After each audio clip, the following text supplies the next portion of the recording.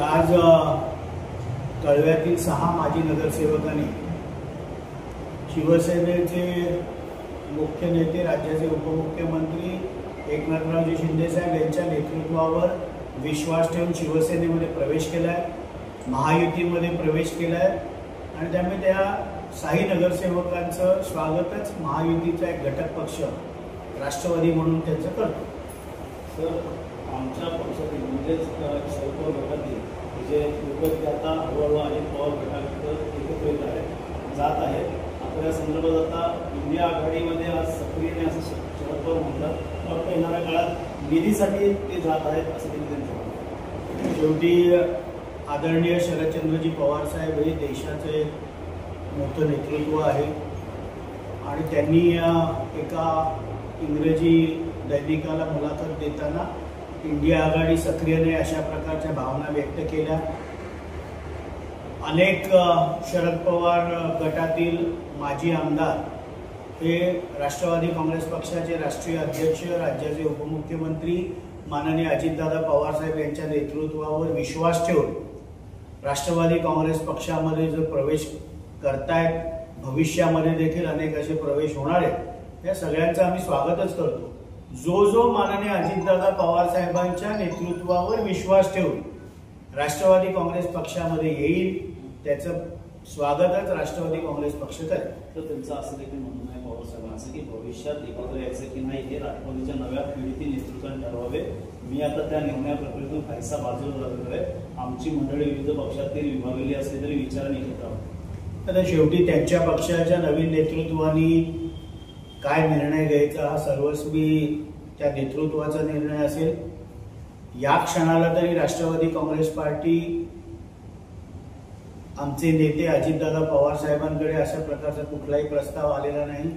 जेव्हा केव्हा असा तो प्रस्ताव येईल त्यावेळेला आमचे राष्ट्रीय अध्यक्ष माननीय अजितदादा पवार साहेब असतील, राष्ट्रीय कार्याध्यक्ष खासदार प्रफुल्लभाई पटेल असतील, प्रांताध्यक्ष खासदार सुनीलजी तटकरे साहेब असतील, ज्येष्ठ नेते छगन भुजबळ साहेब असतील, ही सर्व वरिष्ठ मंडळी बसतील आणि त्याबाबतचा निर्णय घेतील। पण आम्ही 2 जुलै 2023ला वेगळी राजकीय भूमिका घेतल्यानंतर आम्ही सर्व लोकप्रतिनिधी असतील, संघटनेमध्ये काम करणारे पदाधिकारी असतील, सगळ्यांनी माननीय अजितदादा पवार साहेबांच्या नेतृत्वावर विश्वास ठेवून वेगळी राजकीय भूमिका घेतली।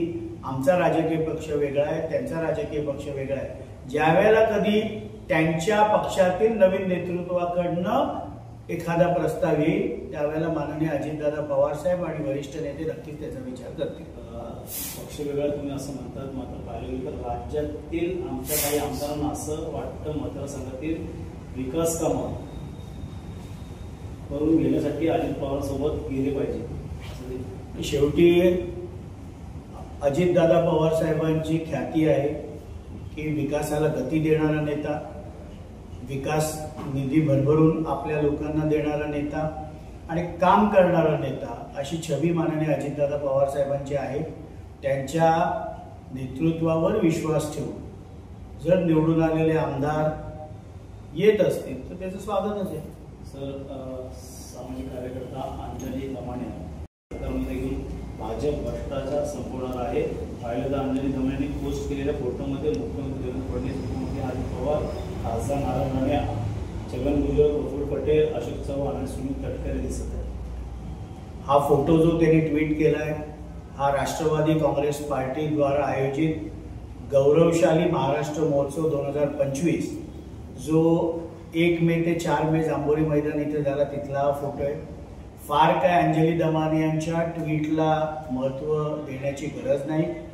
शेवटी लोकशाहीमध्ये लोकांनी निवडून दिलेलं सरकार हे महायुतीचं आहे आणि या सरकारचं नेतृत्व लोकप्रिय मुख्यमंत्री माननीय देवेंद्रजी फडणवीस साहेब करतात, उपमुख्यमंत्री माननीय अजितदादा पवार साहेब करतात, उपमुख्यमंत्री माननीय एकनाथरावजी शिंदे साहेब करतात। आणि हा फोटो आहे की महाराष्ट्रातील आत्तापर्यंतच्या झालेल्या मुख्यमंत्र्यांचा सत्कार हा राष्ट्रवादी काँग्रेस पक्षाने केला।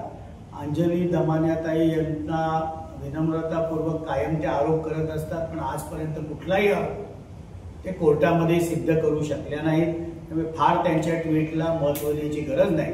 महाराष्ट्राच्या जनतेने अभूतपूर्व असा यश आणि कौल महायुतीला दिलेले. सर, राष्ट्रवादीचे नेते म्हणून ऑपरेशन सिंधूर याकडे तुम्ही कसं बघता? तुमचं मत काय? मात्र दुसरीकडे आता युद्ध हे उत्तर नाही, अतिरेक्यांना शोधा, राज ठाकरेची प्रतिक्रिया आहे, कोम्बिंग ऑपरेशन राबवण्याचा सल्ला त्यांनी दिला आहे. पहलगाम इथे जो आतंकवाद्यांनी हल्ला केला आणि 26 निरपराध भारतीयांना जे टुरिस्ट म्हणून पहलगामला गेले होते त्यांना आपला जीव गमवावा लागला. यानंतर संपूर्ण देशभरामध्ये एक आक्रोश पाकिस्तानच्या विरुद्ध आणि पाकिस्तान पाठवत असलेल्या आतंक्यांच्या विरुद्ध होता. देशाचे लोकप्रिय पंतप्रधान माननीय नरेंद्र मोदीजींच्या नेतृत्वाखाली गृहमंत्री माननीय अमितभाई शहासाहेब असतील, चोख असं प्रत्युत्तर हे भारत सरकारने आणि भारताच्या सैन्याने आणि वायुदलांनी दिलेलं आहे. POK मधले 9 अतिरेक्यांना जिथे ट्रेनिंग दिलं जायचं असे कॅम्प उद्ध्वस्त केले गेले आणि कठोर अशी कारवाई हे भारत सरकार करत आहे. त्याचं स्वागतच केलं पाहिजे. ऑपरेशन सिंधूर जे नाव देखील त्या ऑपरेशनला दिलं गेलं त्याचं स्वागत 130 करोड भारतीयांनी केलं आणि याच्यापेक्षा वेगळी भूमिका घेणं हे योग्य नाही. या काळामध्ये सरकारच्या मागे सर्वच राजकीय पक्षांनी खंबीरपणे उभं राहिलं पाहिजे. सर, निवडणुका लवकर घ्या असं न्यायालयाने सांगितलंय, मात्र काल राज ठाकरेंनी मुख्यमंत्री फडणवीस यांची भेट घेतली आहे. भेटीचं काम अजून उद्ध्वस्त का वाटतं? येणाऱ्या काळात निवडणुकीत आता विरोधी पक्षनेते असतील आणि लोक भेटी चालू. सुप्रीम कोर्टच्या निर्देशानुसार महाराष्ट्र राज्याच्या निवडणूक आयोगाला 4 आठवड्यामध्ये सर्व स्थानिक स्वराज्य संस्थांच्या निवडणुका कशा पद्धतीने घेणार याचा कार्यक्रम द्यायचा आहे आणि येणाऱ्या त्यानंतरच्या 4 महिन्यामध्ये स्थानिक स्वराज्य संस्थेच्या निवडणुका घेतल्या पाहिजेत अशा प्रकारचे निर्देश दिले. त्याप्रमाणे महाराष्ट्र राज्याचं निवडणूक आयोग काम करेल. स्थानिक स्वराज्य संस्थेच्या निवडणुका काही ठिकाणी 5 वर्ष झाली, काही ठिकाणी 3 वर्ष झाली. लोकशाहीमध्ये स्थानिक स्वराज्य संस्थेच्या निवडणुका होणं हे अत्यंत महत्त्वपूर्ण आहे आणि या निवडणुका लवकरात लवकर झाल्या पाहिजे अशा प्रकारची भूमिका राष्ट्रवादी काँग्रेस पक्षाची आहे. राष्ट्रवादीची कशा प्रकारची तयारी असेल या निवडणुकीची? शेवटी राष्ट्रवादी काँग्रेस पक्ष हा राजकीय पक्ष म्हणून येणाऱ्या प्रत्येक निवडणुकीला सामोरं जाईल. स्थानिक पातळीवर महापालिका असतील, नगरपालिका असतील, जिल्हा परिषदा असतील, या सर्व निवडणुका कार्यकर्त्यांना बळ देण्यासाठी असतात आणि म्हणून एक राजकीय पक्ष म्हणून राष्ट्रवादी काँग्रेस पक्ष या स्थानिक स्वराज्य संस्थेच्या निवडणुका पूर्ण ताकदीनिशी लढेल.